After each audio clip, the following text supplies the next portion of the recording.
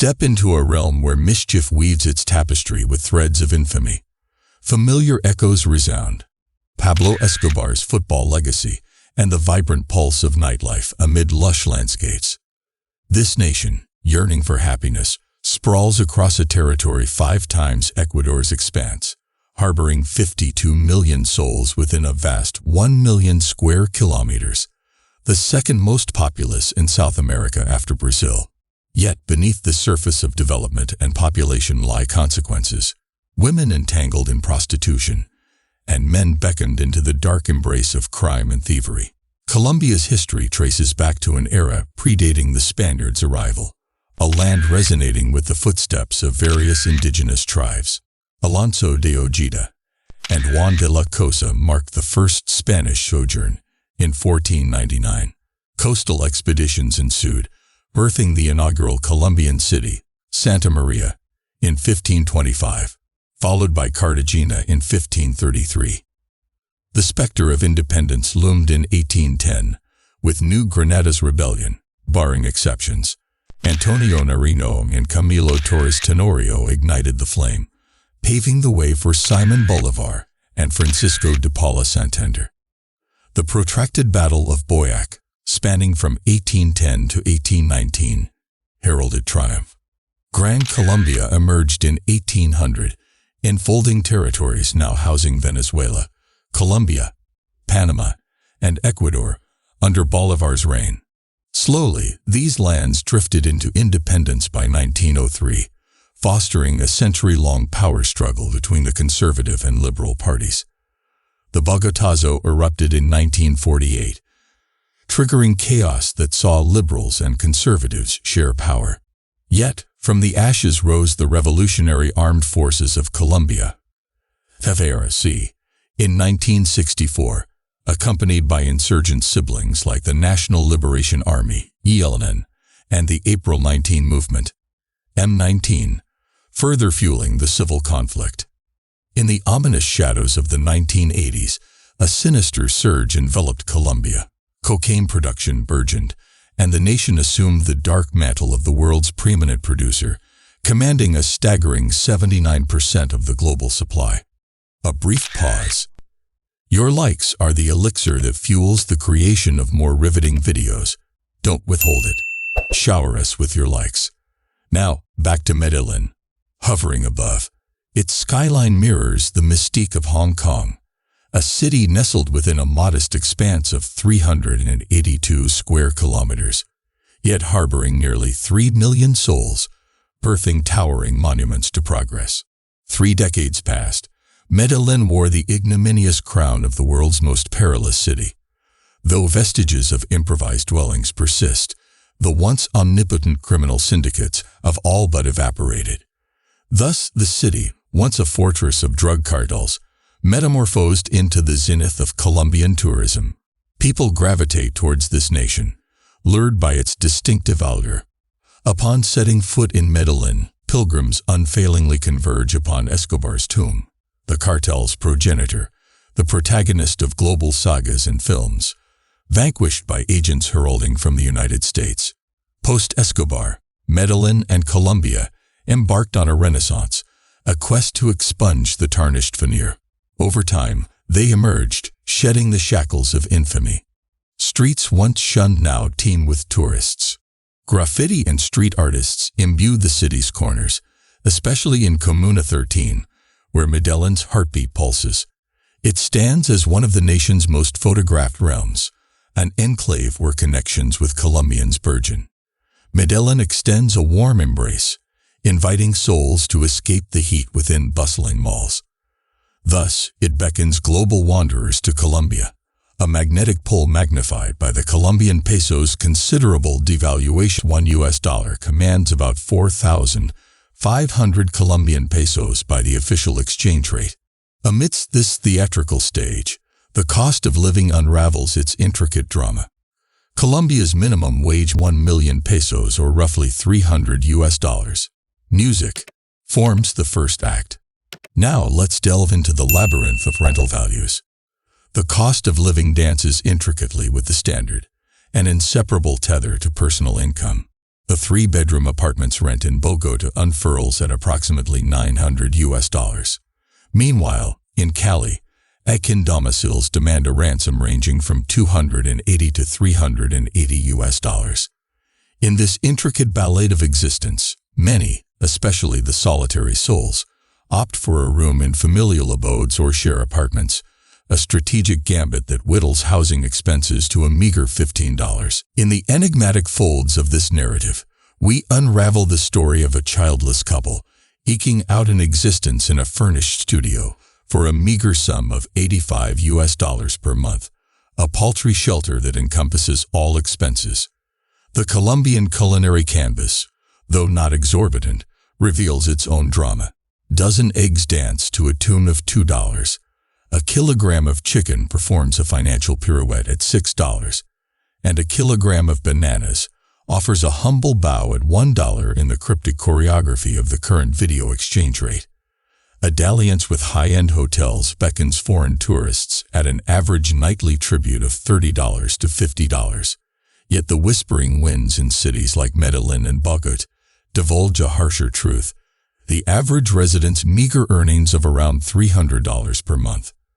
Thus, an unsettling dissonance manifests where the comforts of tourists diverge from the stark realities of the local denizens.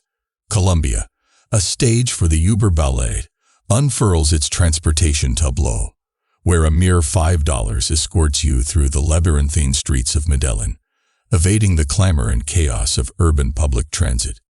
The choice of a regular yellow taxi, however, conducts a symphony of considerably higher expenses. Motorcycles, revered steeds for the majority, traverse the landscape, their engines echoing the challenges faced by Colombians in the Sisyphean task of saving, allocating their earnings to the most basic needs.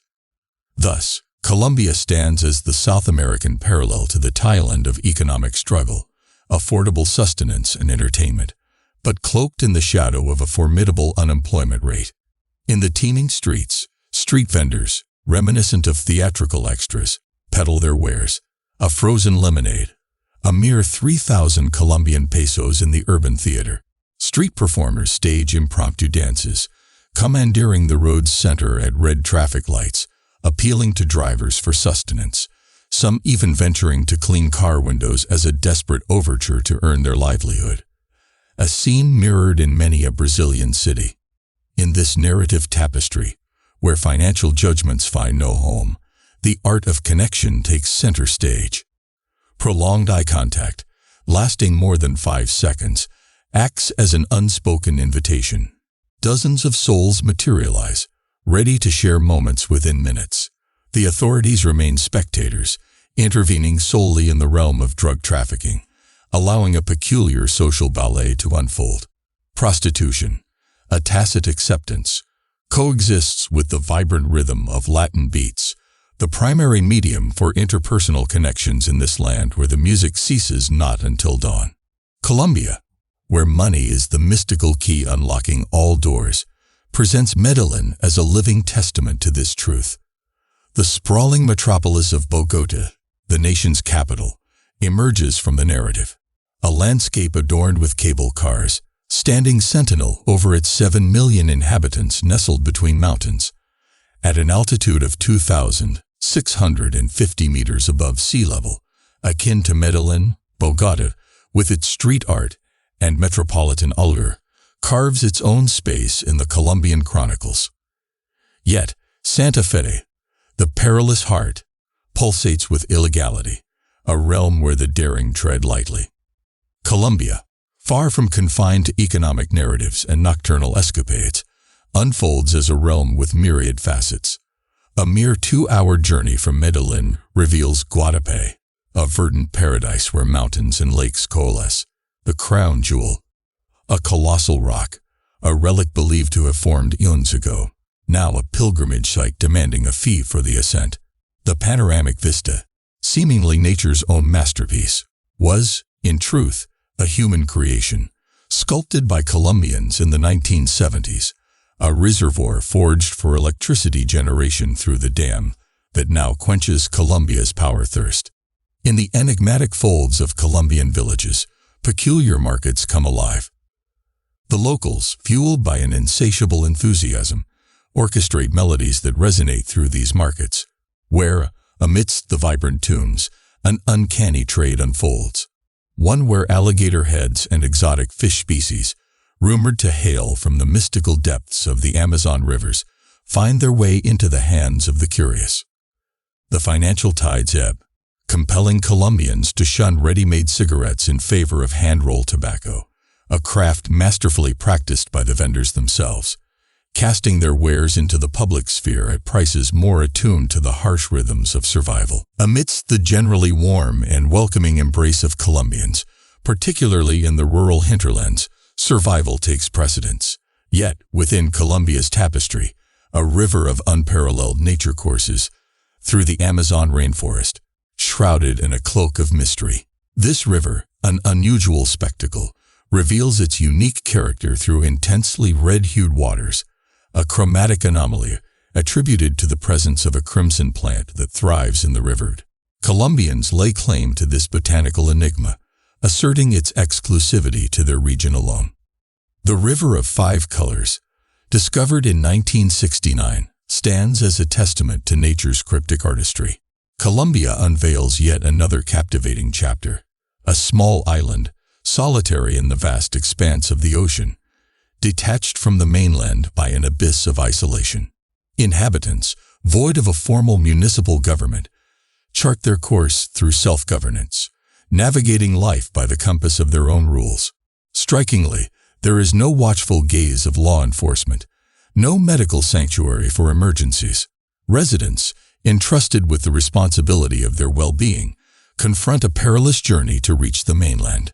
This secluded haven, housing around 1,200 souls, thrives autonomously, immune to the mainland's pulse.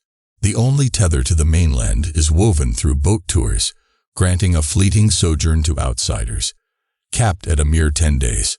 The lone inn offers sanctuary, the island's economic pulse echoing through the trade of fish harvested from the surrounding waters. Solar panels, numbering over 200, power the island's electricity grid, tapping into the sun's energy.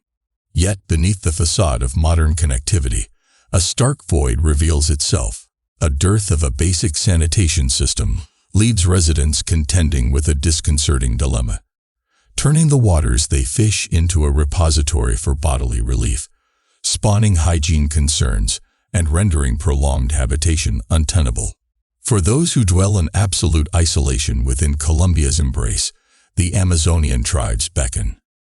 A story left untold, a narrative reserved for a future chapter. As the curtain descends, a word of gratitude unfurls, a thank you for traversing the intricacies of this tale to its conclusion. Do not forget to subscribe, to cast your like as a mark of communion. A final revelation awaits in the video that graces your screen, an unveiling that promises to leave you in awe.